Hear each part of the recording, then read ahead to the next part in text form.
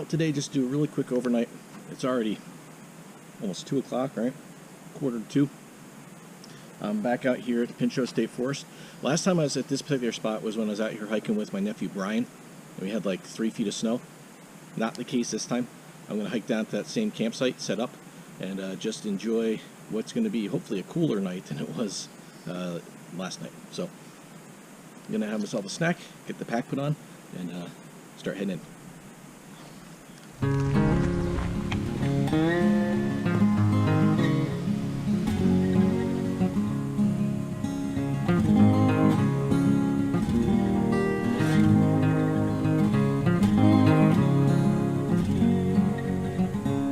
So obviously they've come through here and they've cleared this trail a little bit. When me and Brian came through here at the end of the winter, this was all, what are these, mountain laurels that were down across. That bird's not happy I'm filming here. Oh, is that a warbler? Or is that a finch?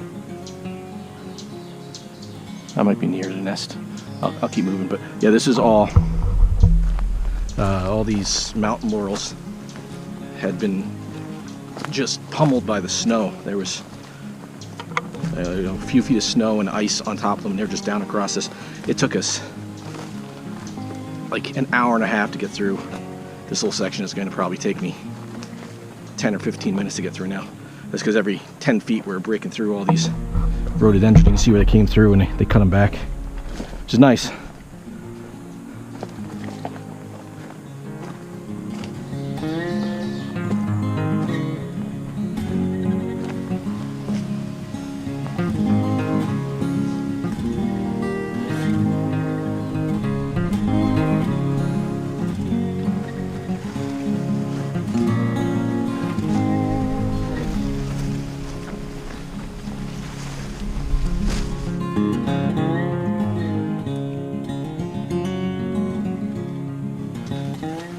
So I know I've said this before, and I've talked about this. I've talked about this in previous videos about how nice it is that we have these open public lands. And I've used the public lands in New York State, up in the Catskills. I've used DCNR lands here in Pennsylvania.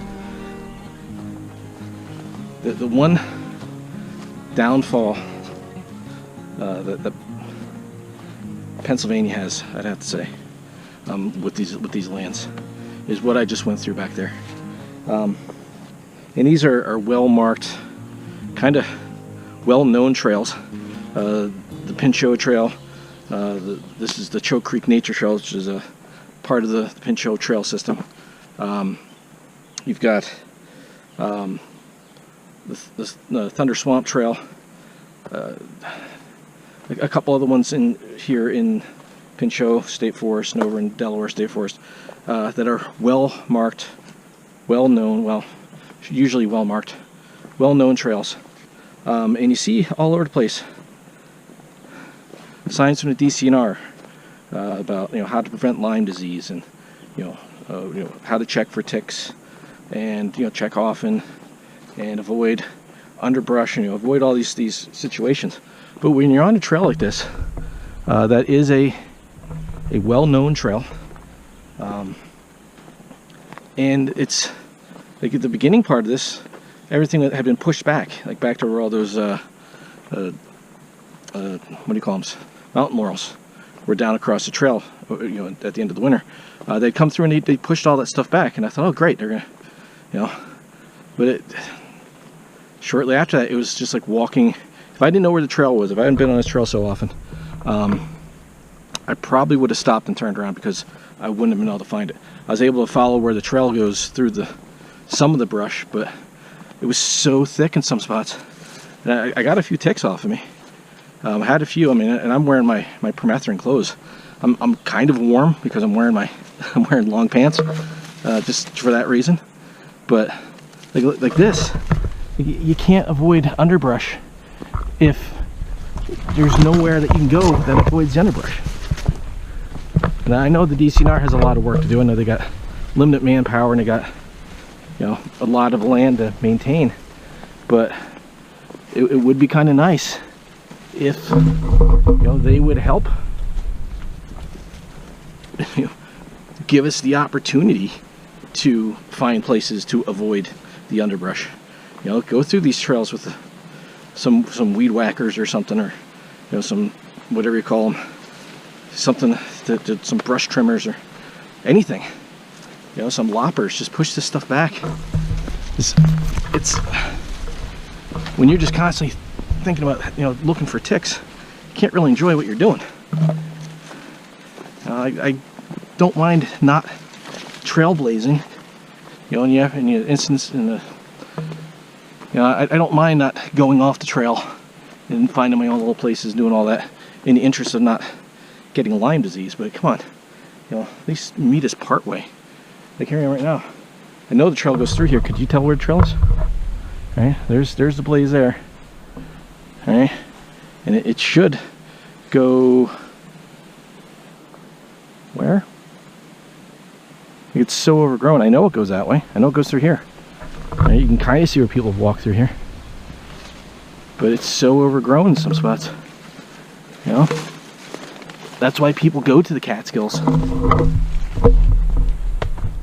You know, honestly, that's why I'd rather go up there and hike in the summer, because the trails, you don't get this up there. The trails are maintained. They got people looking after them. I know it's a different structure, the way those are maintained and all that, and there's a lot of volunteers doing it. But I don't know. You think they'd want, the state would want people here doing these things, you know, hiking and enjoying the outdoors, since it's here. You know, it brings people in, it brings people in local businesses.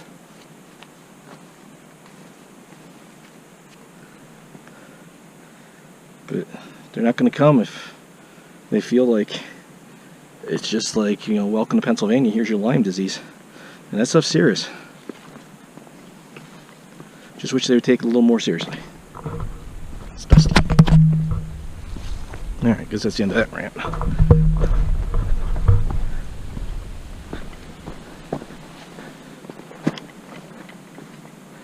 Alright. So, almost down to the river now. This should look familiar. Scrambled Egg Alley.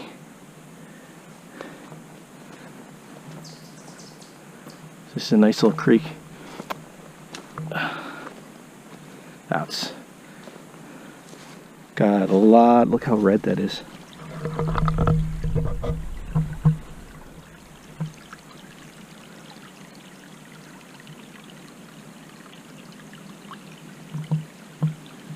That's crazy. That water is, it's like blood red. That's a high amount of tannins in the water. So real boggy, this water. It's pretty though.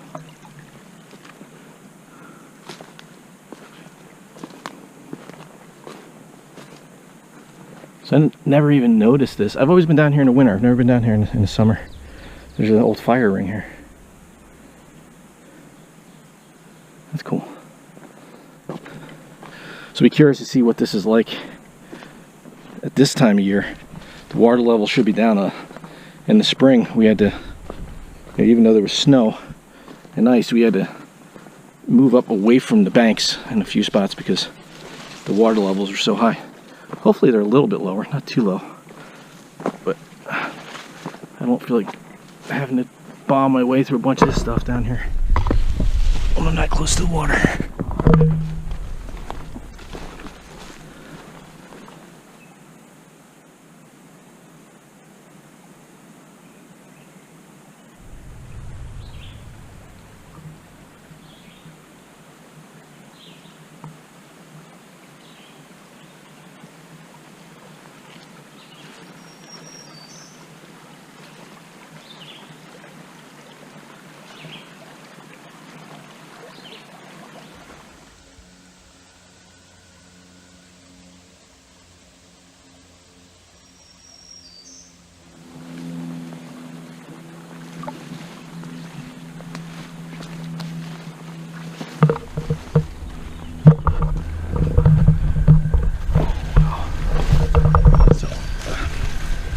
Not what I was hoping for. Not hoping to have to go through all of this.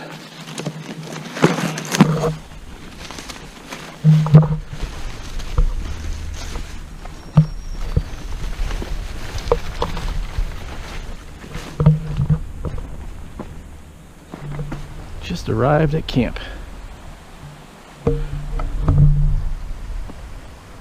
So it took me about an hour and a half to get here.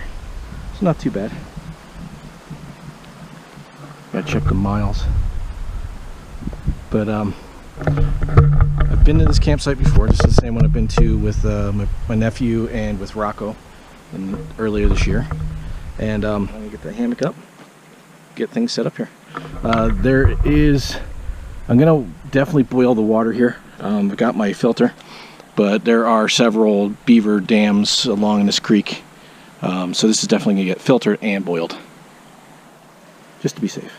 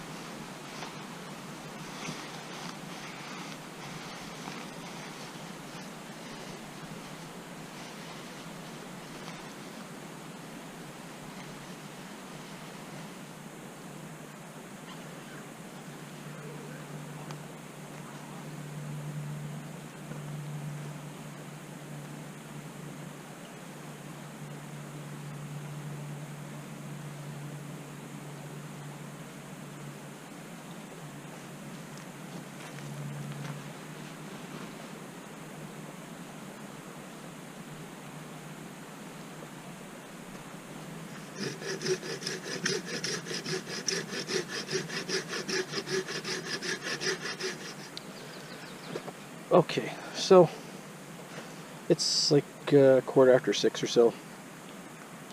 Been messing around here in camp. Got the hammock set up. I'll show you that in a minute. That's a new one. It's been my prototype. But it'll be going live pretty soon. Maybe by the time this video's up. So I'll show you that. Have a little fire going. Boiled up some water. I still got water in here. I drank a ton of water before I went on the trail. Probably haven't been drinking enough during the day, but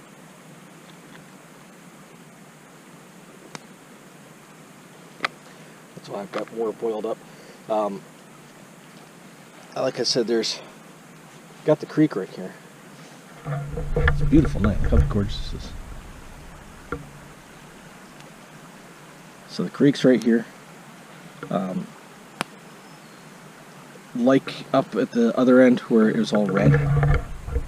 This is very boggy, marshy kind of area, so there's a lot of tannins in the water. And there's beaver activity up maybe a mile up, 3/4 mile upstream.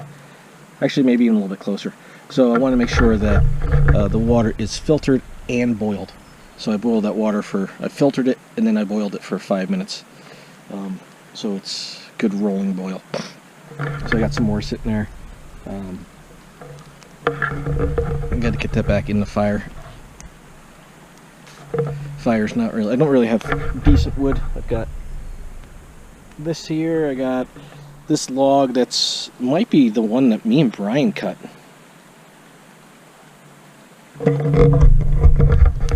That might actually be the same log that we cut, that we left here. But you can see I got the hammock set up back there.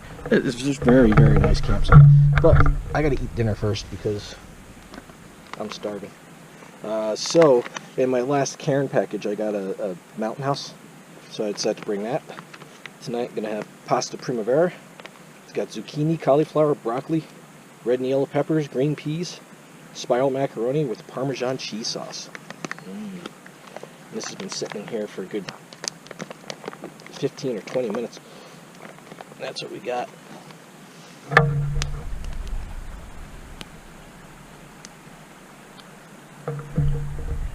Smells pretty good.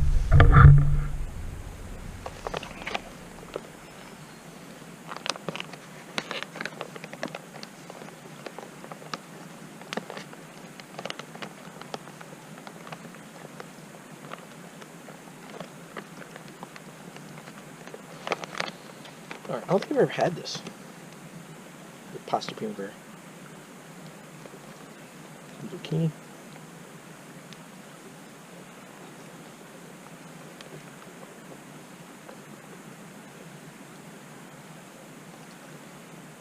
Pretty good.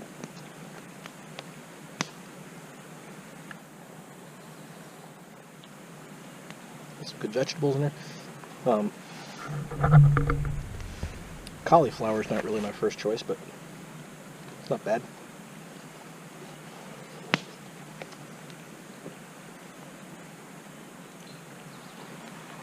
Right after I got to camp, I was getting a hammock set up and heard a loud splash down the creek that way. Nobody came by. I haven't heard anybody. I don't think anybody's down there playing around. Could be a branch or something falling into the creek. Could have been an animal. And just about,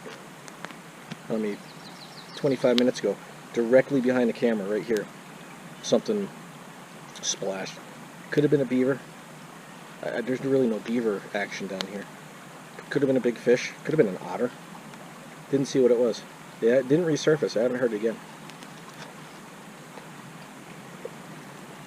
Yesterday, we had a high temperature at my house of 92, and it was a heat index of 102. It was hot yesterday. It's the hottest day we've had so far. So I saw that tonight it's supposed to be down in the 50s, and I think it got down to the 70s last night. We had a cold front blow through, but it's supposed to be in the 50s tonight, so it's going to be beautiful. So I decided to come out. Really didn't have any plans to do anything this week, but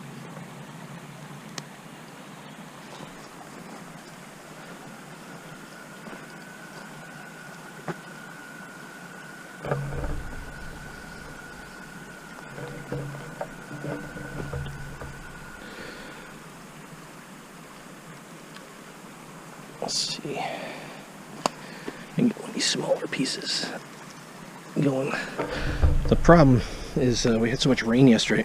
All this wood is wet, but I mean, it's a beautiful night out. By the time the sun goes down, I'm gonna be getting in a hammock anyway, just to relax. I really just wanted to have a fire so that I could boil up water, so I got clean water. Tomorrow I've got cereal. I packed some granola with some powdered milk, so all I need is cold water for that, and coffee. So I can get a small fire going tomorrow. Even you just use my solid fuel stove. I have that, and I'll be all set. This is the hammock I've been working on. I've talked about this as a prototype. I've been testing it for a couple months now. And this is the CoyotePack netted hammock. Same basic design as the CoyotePack. It's got the integrated whoopee slings with the tree straps, so I got the carabiner up here instead of down by the hammock body, with the whoopee sling suspension, and then just tree straps that you can connect. Instead of being open, it's got the end caps on either end, and then it's got the attached bug net. Now this has, see the zipper here, this zipper goes all the way around. You can see it goes here, and it comes all the way around, goes up and over underneath the little cover here, and then all the way up, so you can take this bug net all the way back and tuck it in up at the head end. I've got a little shock cord suspension up here.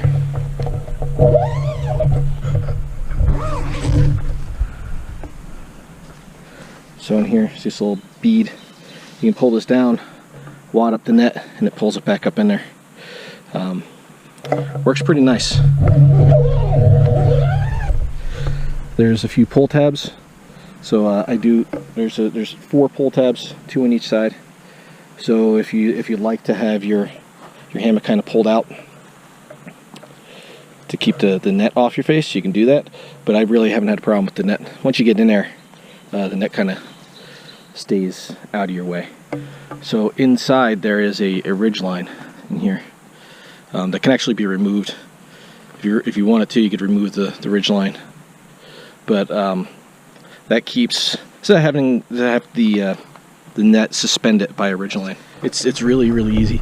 The bag here, right now I just got the tarp tucked in there, and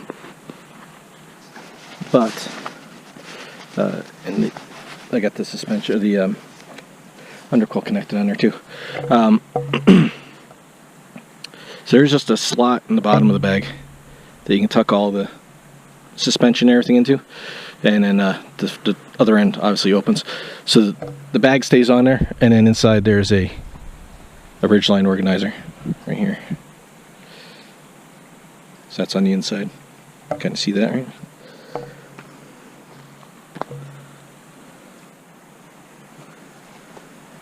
It's nice, it's versatile, and it gets you everything you need. This is really, the CoyotePack is nice because it gets you started, but this is like a really good start for a camping hammock with that attached bug net. And I've never really been a fan of attached bug nets. That's why the rest of them I did, like the Coyote system, just like the standard Coyote system, is like a pod style bug net, because I never really liked attached bug nets. I could never get comfortable with them. They were always like falling down on my face, but this works pretty good. So I'll put a link to that down in the bottom if I've got it up on the website. For those of you who don't know, Hemlock Mountain Outdoors is my company, or my business, and I make hammocks and outdoor gear. So a lot of times what you see me using as hammocks, most times anymore, it's going to be my own gear. So yeah, check it out. My fire is fizzling, but let's see. My water was boiling pretty good. I think it should be okay.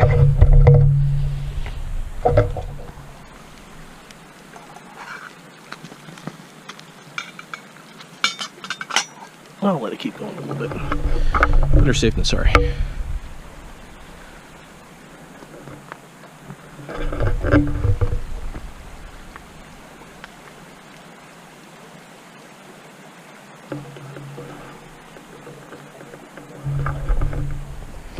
Alright, I should probably find a spot to hang my bear bag, huh? We'll do that real quick.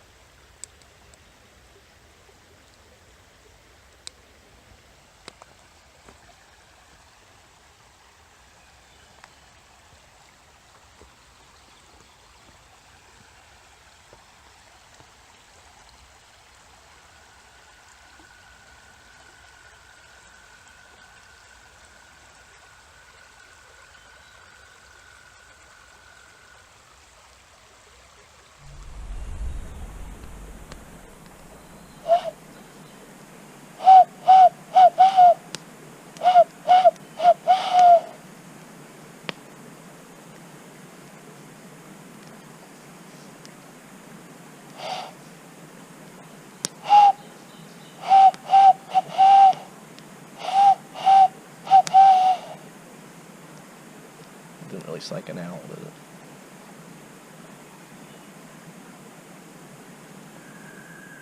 Alright, so it's 9 o'clock.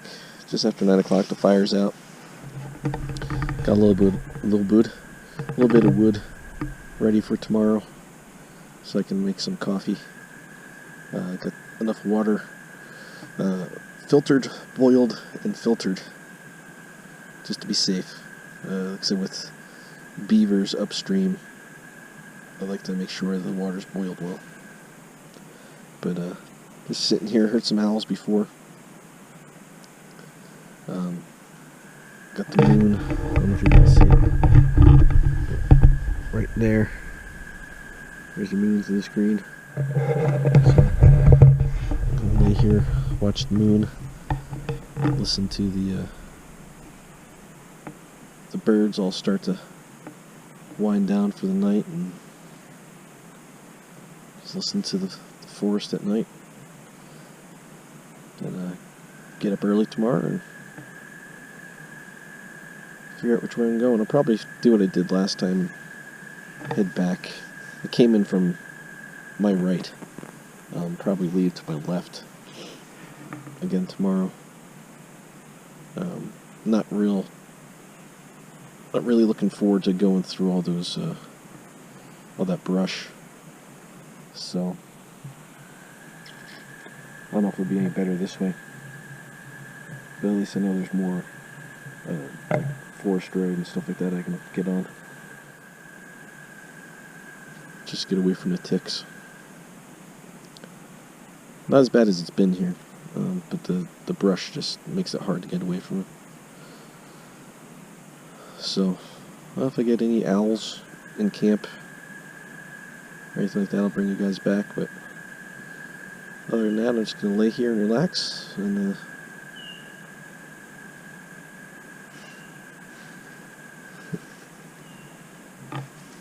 watch the fireflies. They're just starting to come out. Haven't seen fireflies in a while. We don't get them in town, and haven't seen them out anywhere. I've been camping all year. Actually, in a while. Haven't seen fireflies in a while. A few here and there, but not like we used to get them. So, alright. I'm going to call it night. I'll talk to you in the morning.